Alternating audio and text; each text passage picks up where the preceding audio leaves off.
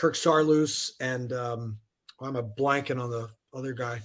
You whipped out Kirk Saarloos is pretty impressive. So we give you that. I'm impressed. Monroe, Queens guy, right? So those guys pieced together. But I remember this comment because I did a feature on this a couple of years ago for The Athletic. And I talked to everybody who was involved in the game. And a couple of the Yankees, Jason Giambi told me, he said, it felt like a spring training game because I never faced the same pitcher twice. So this was the mindset in 2003 where you're taking 4 at-bats, you face 4 different pitchers, and it's like, what's going on here? This is a spring training game. Well, now that's, you're going to get at-bats against the guy, and it's not that big a deal. If you're facing a guy 3 times, he's probably dealing, and 4, you have 0 chance of facing a guy 4 times. So the whole idea of going about it is a lot different. So you used to try to measure guys out, right? See what the guy's got, see all his pitches. Well, you don't have time for that. You've got to swing. And I think that's a big part of it too. I think the fact that you don't have all game to measure this guy. I looked this up, go look at the splits. It's very easy on Baseball Reference to see how Mantle and DiMaggio's stats increased exponentially when they faced the same pitcher the 3rd time or the 4th time. The number of home runs they hit, their slugging percentage, their on base, their average, all of that went higher and higher the more times they faced the guy. And today's hitters don't get that chance. Mm-hmm. So it's another reason I don't think you can really equate between all the guys who throw with higher velocity, the guys who come out recognizing that a guy who's trying to get through, his 100th pitch or 120th pitch, you've got a guy better in the bullpen right now, so you're going to go get him. Right. Though I think it makes it hard to equate hitters and strikeout totals from even just a generation ago, like from when we were kids. It's funny because you were talking about just a few minutes ago about complaining. I actually think right now the youth in the game right now is exciting. I love watching Fernando Tatis, and I love watching Acuna. And everybody's son on Toronto. They have everybody that I watch playing son. And they did a great job of getting them all. And they're all pretty damn good. Yeah. Whether it's Dante Bichette's kid or Craig Biggio's kid, it was not great last year. Obviously, banged up a little bit. And of course, Guerrero's kid. I mean, but you sit there and you go through this stuff. And it's hard to imagine that team can't make the playoffs with the offense that they have. But that's beside the point. I think that there's so much excitement going on in baseball right now. I'm really pumped up to see more of it. I can't wait till they get started. I not always do I feel this passionate that the 22-year-olds are the best guys in the sport, but right now I feel like they are, and it's really cool to watch a little bit. Yeah, and I think we sometimes if you look like the players that you watch every day kind of infuriate you because now you're watching every single at bat and every single thing. I mean, you're breaking down. We didn't watch every at bat of our favorite player. We couldn't. Now you can. Now you watch you can watch every single one. You break them all down. I think we're a little hyper on that. But I mean, I remember growing up, we had games that weren't even on TV. So listen to the radio. Yeah, and or you just the next day box score or something. Or I think part of the excitement is we're getting caught up in the 7 outs they make instead of the 3 hits that they make. It's like it's end of the world. It's like 300 hitters, you gotta, not that there are very many of those around, I guess. But I think we're so focused on some of the outs and some of the losses, some of the failures. And, we get caught up in the, team wins 95 games, but man, those 67 losses, holy cow, they were rip your hair out. It's like, it's hard. It's hard to, we spend a lot of time breaking down, complaining about certain players and certain things. And I don't think we just give enough energy. I don't think we give enough energy and attitude to the things that we like about the games. Right. One of the things that I find ironic, what he just said, as a little league coach, you always told the kids to keep their confidence that, baseball's a game of failure. If you hit the ball 3 out of 10 times, if you get it 3, you're an all-star in the major leagues. And now, like he's saying, you hit the ball 3 out of 10 times, we're worried about the 7 outs. Yeah. Yeah. I think we just break, and a lot of it is, I'm going to sling some arrows at you. A lot of it's the fantasy mentality. Okay. Oh, you're right. It's good. Guy doesn't retain trade calls and now he rips us. Look at this. Right. Big time, Murti. It is, isn't it? I mean, no. Hey, listen, the overreaction though has been around for a while. I remember in '98 when the Yankees got off to that 1-2 or 1-3 starting. I think it was in Detroit, right? And they just got off to. I know it was like, what's wrong with the Yankees? And it was the year that they won. They won going away, and but or Mariano getting beat in an April game by the Red Sox. And this is the year he's finally lost it. He never lost it. No. The fans always overreact. It's part of the mentality of the sport. But you're right. Fantasy has killed it. Fantasy has killed football. Has killed baseball. Has killed basketball. What do you think about the whole shift thing? By the way, while I'm on that point, I was against it for a very long time because I said against legislating against them. Like, the defense has a job too. They figured out. Listen. They know you're going to hit the ball here 60% of the time. So why can't I stand there? What's wrong with that?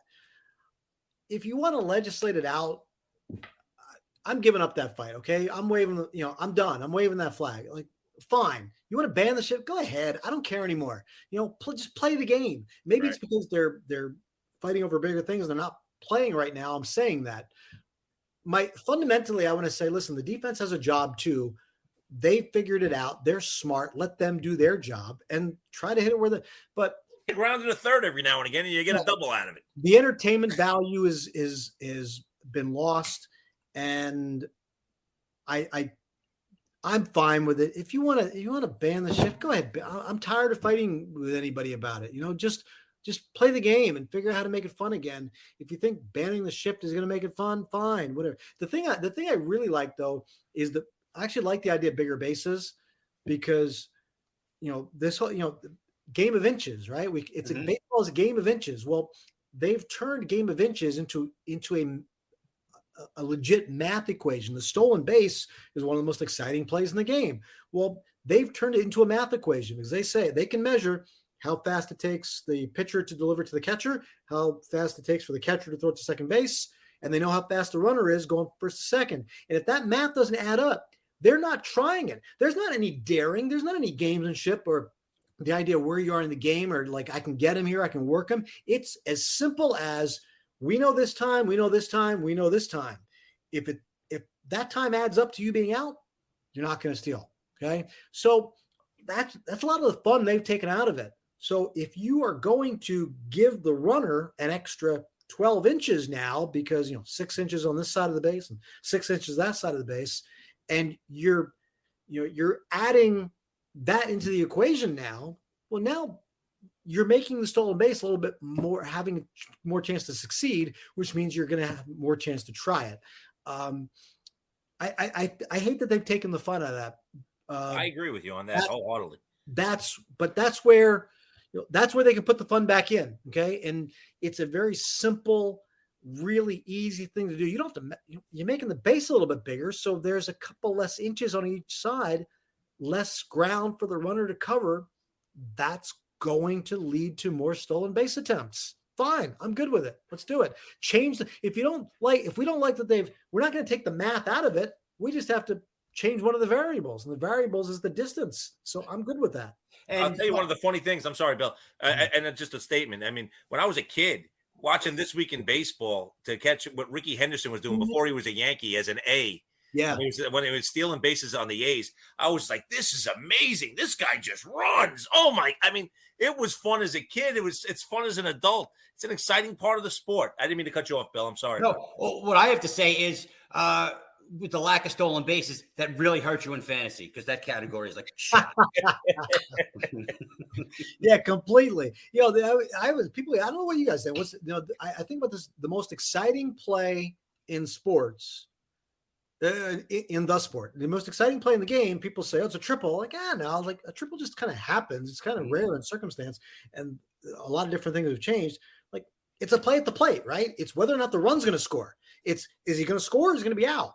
So you put a lot of different, and that's actually still involves human element because the third base coach has to make real-time decisions of send him, stop him.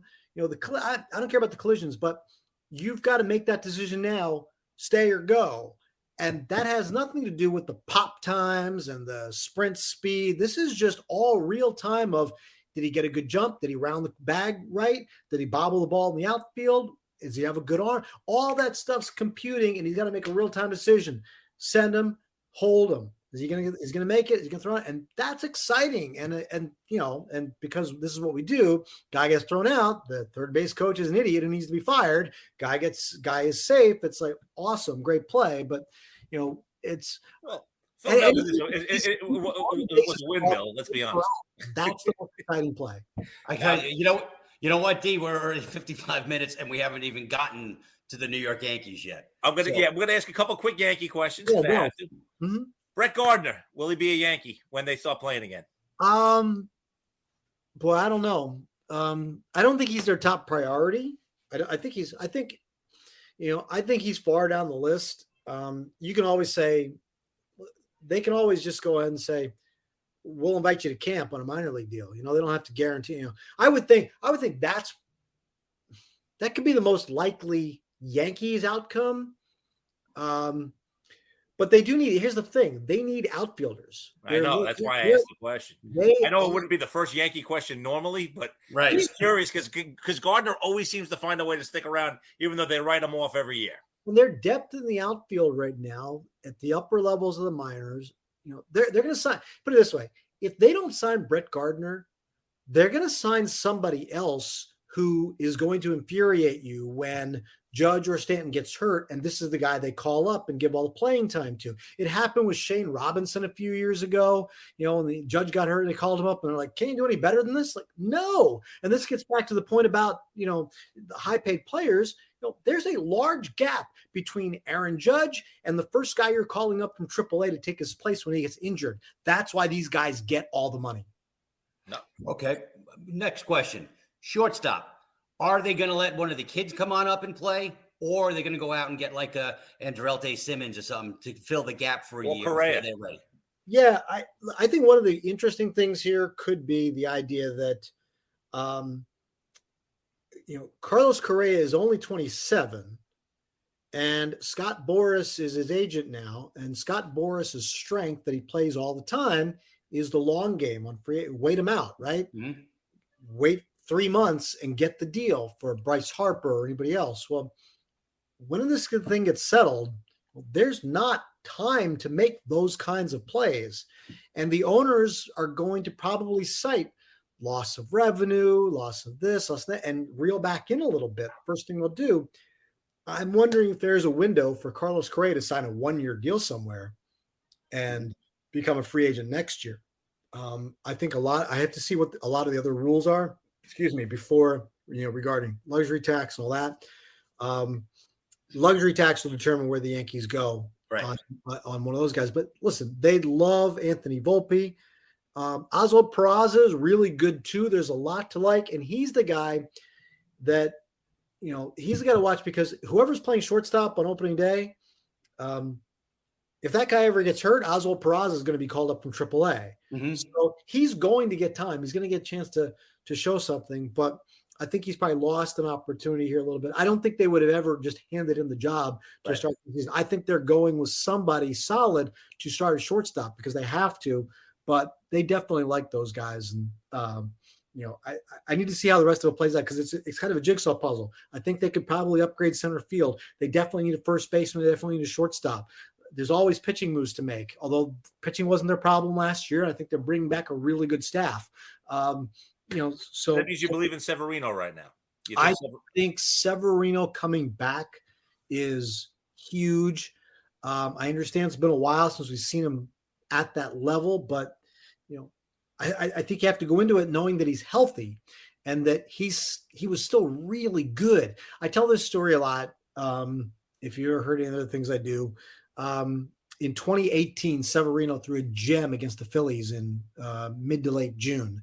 And the next day I was talking to a bunch of people during batting practice from the Phillies about this. And a couple of guys told me, they said, man, we haven't seen anything like that all year. I said, all year? You guys are in the same division with Jacob deGrom and Max Scherzer. That's the kind of praise they were heaping on Severino. So okay. I didn't hear that. That's great. I put Severino now behind Garrett Cole. He's a number 2. Good. So, yeah, I think Severino is vitally important. And I think we just forgot how good he is